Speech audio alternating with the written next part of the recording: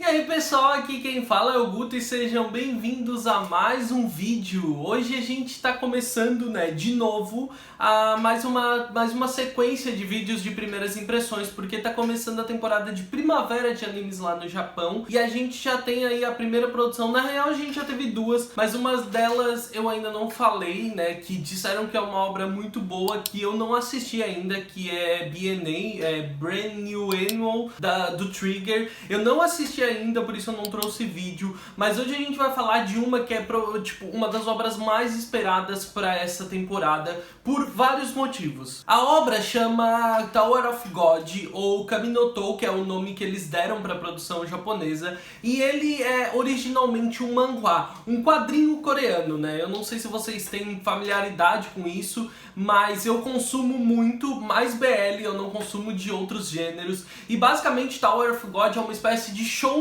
dos manhwas. Ele se popularizou muito, ele começou a ser publicado em plataformas digitais, que é a forma de publicação que esse tipo de obra costuma ter. Ele começou a ser publicado em 2010, ele já passou dos seus 400 capítulos e ele é muito popular. E no ano passado foi anunciado pela Crunchyroll que elas teriam licenciado a produção de um anime de Tower of God.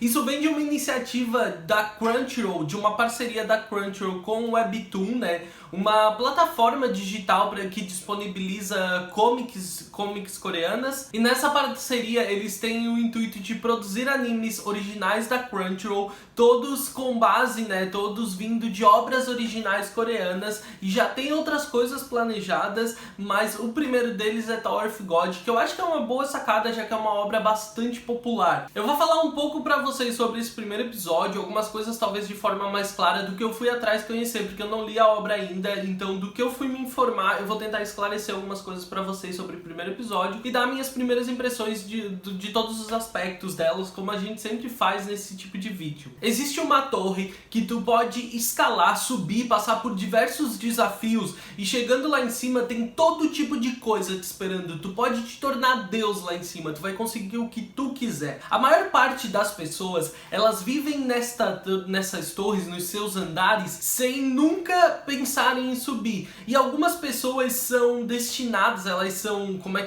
vistas e convidadas a subir, vamos dizer assim, e elas podem participar de testes e desafios para continuar subindo e chegar chegar ao seu topo e conquistar aí qualquer coisa que sempre sonharam. E existem outras pessoas, outros tipos de pessoas que são os irregulares. Essas que eu falei são os regulares, e existem os irregulares, que eles conseguem, por possuírem algum grande poder, eles conseguem forçar a abertura da porta da torre e acabar entrando nela. O Ban, nosso protagonista, é um desses irregulares. Ele viveu a maior parte do tempo embaixo da torre, Ele não lembra nada sobre a vida dele. A única coisa que ele lembra é da Rachel, uma menina que encontrou ele sem memória e que passou a viver com ele, foi a companhia dele essa vida toda. Então tudo que ele tem na vida dele é a Rachel. Chega em um determinado momento da vida dela em que a Rachel decide que ela quer chegar ao topo da torre e ver as estrelas. É o sonho dela, ela sempre quis ver as estrelas. Ela tá cansada de viver no fundo da torre, embaixo dela, e ela quer subir e poder ver as estrelas. O Ban, então, ele acaba forçando a porta da torre e ele se torna irregular ao entrar da torre sob força,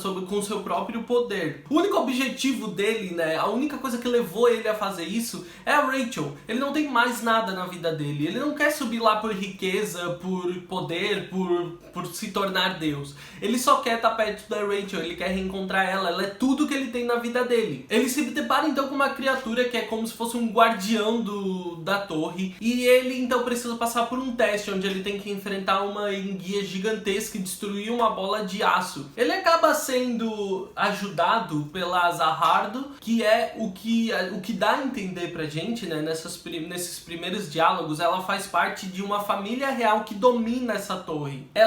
Eles preocupados com ela, a Zahardo ela vai acabar emprestando pra ele uma espada chamada Março Sombrio, alguma coisa assim. Uma espada que ela pode se transformar conforme a pessoa que vai dominar ela. Durante o desafio então do Ban, a espada vai se transformar e dar a ele muito poder, e ele acaba conseguindo vencer esse desafio. Uma das coisas que dá toda essa força pro Ban é justamente a motivação dele em continuar continuar subindo. E a gente vai ver então em flashbacks contando essa história dele, né? Como a Rachel achou ele e tudo mais, o que tá levando ele a querer subir. E ele do nada simplesmente vence o desafio e passa para o próximo teste, para o segundo andar. Ainda no primeiro episódio a gente vê um pouco desse segundo andar e te deixa claro como vai funcionar o roteiro, o desenvolvimento da história de Tower of God, né? Mesmo que você não tenha lido, as coisas ficam um pouco claras aqui. Como na maior parte dos shonen de lutinha que a gente vê em Tower of God, a gente deve ter pequenos arcos ou grandes arcos onde eles devem enfrentar desafios diferentes.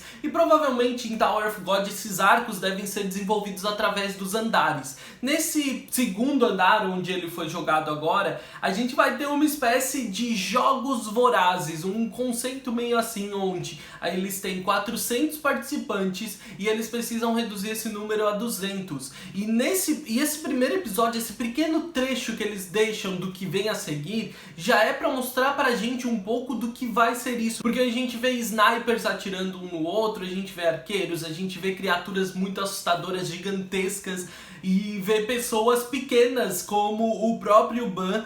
Então a gente vai ver que existem todo tipo de criaturas e vai ser uma sequência de mortes uma atrás da outra, e onde o Ban vai se ver cercado por diversos inimigos e ele não sabe em quem ele pode confiar. A única coisa que ele sabe com que ele pode contar até o momento é com a espada que ele conseguiu da Zahardo. Tower of God, ele é licenciado e distribuído pela Crunchyroll e pelo Webtoon. Por essa parceria que eu falei pra vocês no começo do vídeo, ele é um dos animes originais da Crunchyroll, com elas já vinham prometendo pra gente, como em Inspector, que teve na temporada passada. E existem diversos estúdios que devem participar dessa parceria, né? Devem contribuir nessas produções originais da Crunchyroll. E esse é produzido pelo Telecom Animation Film, que é o mesmo estúdio que produziu Orange. Eu não consumi desse estúdio animes que tenham grandes cenas de luta, cenas muito agitadas, ou cenas que trazem o mesmo conceito e a mesma promessa que Tower of God traz pra gente. Então eu não consigo fazer essa comparação direta.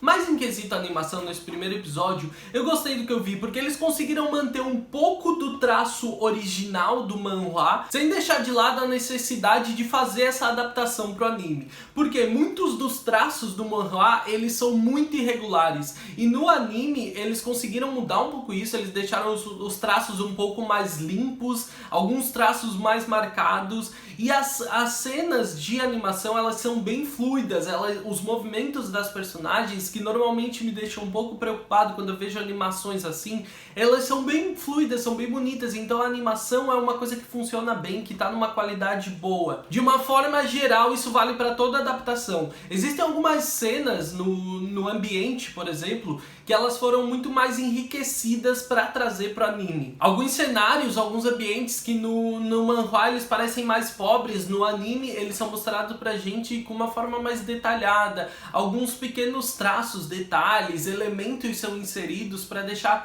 a cena um pouco mais rica. Isso é importante, porque o teu olho, ele normalmente tá cheio daquilo ali, o teu olho ele tá concentrado naquilo ali, e no quadrinho, não, porque tu ainda tem que te preocupar com os diálogos. Então, é normal a gente ver em quadrinhos, por exemplo, cenas de luta sem diálogos, em que elas sejam muito ricas em detalhes, e outras cenas nem tanto, onde há muitos diálogos, e eles precisam adaptar isso de uma forma que combine bem com a nova mídia, né, com a mídia audiovisual para a qual eles estão trazendo. E isso é uma coisa que eles fizeram bem. A única coisa que eu não gostei muito são algumas transições onde eles usam cenas pretas, tela preta para fazer algumas transições. Isso acontece muito, inclusive, na abertura, né, durante todo momento em que informações do Steph aparecem durante a abertura, eles usam tela preta. E daí eu não gostei desse conceito, eu não gostei da forma como eles usaram isso, eu achei que a abertura ficou super pobre, e nas transições que acontecem isso durante o próprio anime, eu também não gosto, porque dá uma impressão de que eles estavam evitando trabalhar na animação naquele momento. Existem algumas cenas específicas em que eu acho que tela preta funciona bem como transição, como é o caso, por exemplo, de Hoshai no Sora, o momento em que o pai do Maki tá indo pra casa do Maki novamente, eu não sei se vocês vão lembrar disso, e durante todo o percurso que ele vai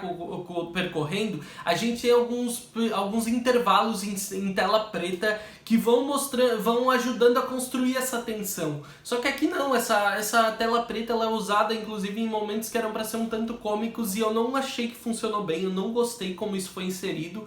mas não é um problema, não é nada que atrapalhou, não é nada que vai prejudicar não é nada que vai prejudicar o meu posicionamento quanto ao anime e o quanto eu tô gostando dele. A abertura, como eu falei agora há pouco, eu achei ela, no seu desenvolvimento de animação e design, ruim, mas a música T.O.P, né, a versão japonesa de T.O.P do Stray Kids, que pra quem não sabe é uma banda de K-pop, achei muito legal eles preservarem isso, já que é um anime que vem de origem coreana. O Stray Kids fez um trabalho muito bom, a música é muito boa, ela não tem aquela vibe, aquela pegada anime, mas ainda assim é uma música muito boa. Pena que a construção da abertura em si não é. Assim como o encerramento, que é simplesmente os créditos subindo, não tem encerramento, é simplesmente os créditos subindo com uma música tocando. O roteiro nesse primeiro episódio, ele é uma coisa bastante agradável, pra ser bem honesto. Por quê? Ele traz pra gente uma aura, né? Ele traz pra gente, de novo, essa essência de alguns shonens de desafios que a gente via constantemente, uma pegada meio Hunter x Hunter, sabe? E ele traz isso pra ti nesse primeiro episódio. Então ele te deixa com essa essência da coisa, desse shonen de progresso que você tem que ver. Só que ao mesmo tempo, ele começa um tanto lento. Esse primeiro episódio ele começa num ritmo bastante lento